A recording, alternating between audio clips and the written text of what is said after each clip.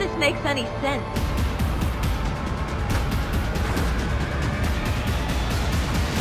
So, it intends to hunt them down.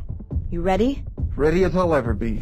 Nightdive Studios are definitely leading the way when it comes to keeping games alive that otherwise would have remained in the past for most people. Not only are they doing that though, but they're bringing them back in a better state than they originally released, fixing textures, improving the sound quality, not to mention the frame rate and other accessibility options. We already had one of my favourites of all time, that was the Blade Runner point and click from back in the day. And if you weren't aware, they actually created an engine specifically for bringing these older games back. It's called the Kex engine, which Turok 3 Shadows of Oblivion is using. It allows them to do quite a few different things, as we'll go into. So if you're considering picking up Turok 3 on the Nintendo Switch, we will go over frame rates, performance, visual changes, how it plays in docked and handheld modes, and the game itself. How does it hold up in 2023?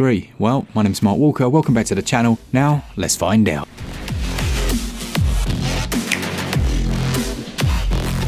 If you're not familiar with Turok 3, well, it originally came out back in 2000, I believe, for the N64, and is the final part of the Turok trilogy. The new options on the Switch include, well, quite a few actually, but not least of which you've got gyroscopic gaming, which we'll go into a little bit more in a minute. You can play around with the axis settings, and you can also switch over the jobs of the left and right joystick. There is HD rumble here. It's actually really well implemented. Obviously I can't show you that in a video, but they've done a cracking job. Now, on the gameplay options, you can turn on and off the movies, the intro movie, change the HUD style, fiddle about with damage feedback, and even mess with the old head bob when you walked around in these old first-person shooters. Some people didn't like the head bob, and you can actually turn that off. Now, when it comes to the display and the visual options, they've also gone to town here with the new Kex engine. You can turn on and off anti-aliasing. Now, interestingly, this is off by default. I think it's because, really, you don't need it. I mean, there are some aliased edges, so you can see the step-in of the pixels, but it's there to turn on and off as you choose. Some of the other effects that you've got toggles for are depth of field as well as bloom. Now, I believe both of those have been introduced with this engine, and you can also change the fog settings, some of the shadow options, but the most important one, I think, for gameplay at least, is being able to change the field of view. You can make this a much more modern setting now, increasing the field of view and the amount you can see, and particularly as we play on widescreen TVs these days, it makes a big difference. Now, if you'd also like to emulate the old school CRTV screens, not only have they made a toggle for this, you can actually go in and tailor that to exactly how you wanted it. So my old 14-inch TV that I used to have sat on the middle of my bedroom floor, well, I can recreate that to perfection. Such a nice little touch from Nightdive Studios. Feels like every single release they make at the moment, they're going that little bit step further. And there are a lot of things here that I think they've done better than in previous releases. Now, the two big areas that I think they've improved in terms of visuals come in the form of different lighting effects and massively improved textures. Now, anyone who played the original N64, any game really, you'll know that the texture resolution for a lot of these was incredibly low. There's a good interview on IGN actually, where they spoke to the team about this, and I'll pop a link to that in the description. But to quote them, they said, a lot of the textures in Turok 3 were 32 by 64 images, so they were very small and blurry. And of course, a lot of them were used on wide and large surfaces, so they would appear extremely blurry. So the artists did a lot of work up-resing those assets, and we can see quite a few examples of that here.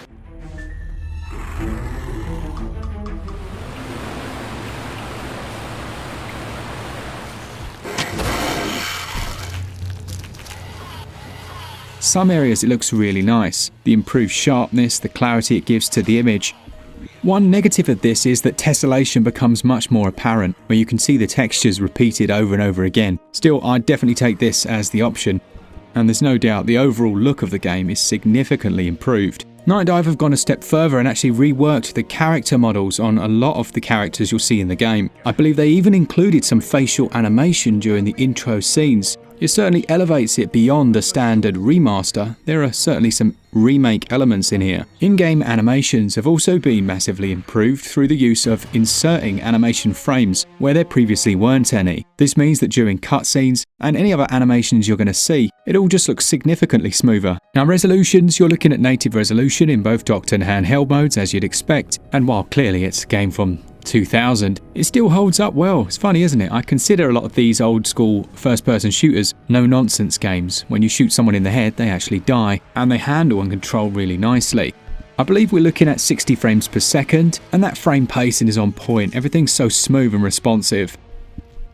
The new dynamic lighting effects go a long way, as mentioned. Seeing the light shining through this elevator and reflecting on the floor, and also casting a shadow from your player against the back wall, but they make a big difference to the atmosphere. Now, I did mention the gyroscopic controls already. Don't worry, I'm not going to flog this dead horse much longer, but it is nice to see them add an option so that you can actually change the way the gyro works. You know, sometimes where you twist the right Joy-Con and that will turn the camera, or you can actually turn the camera with the yaw, that natural way of kind of pointing where you want to shoot. You can actually change that and have that work the way you want it, which is great. I'll have to double check if this is new, but I do think they've added in a weapons wheel that's a little more modern, allowing you to freeze time while you select your weapon. But one of the biggest changes for me so far has actually been the sound.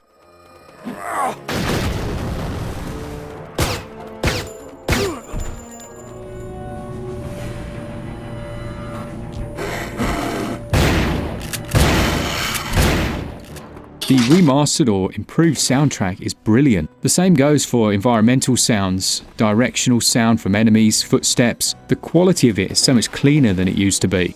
They've obviously had to resample some of the sound. If you ever heard an N64 originally, the audio was so low quality because they didn't have much space on the cart. So now that they do have space, they're resampling these sounds to make them more crisp and clean, but you can still hear a bit of that original sound. The gameplay then, well, this one was split between two main protagonists, Joseph and Danielle, who are siblings, with Joseph having a stealth focus. He has the bow and arrow, and in the right hands at least, he can be reasonably stealthy.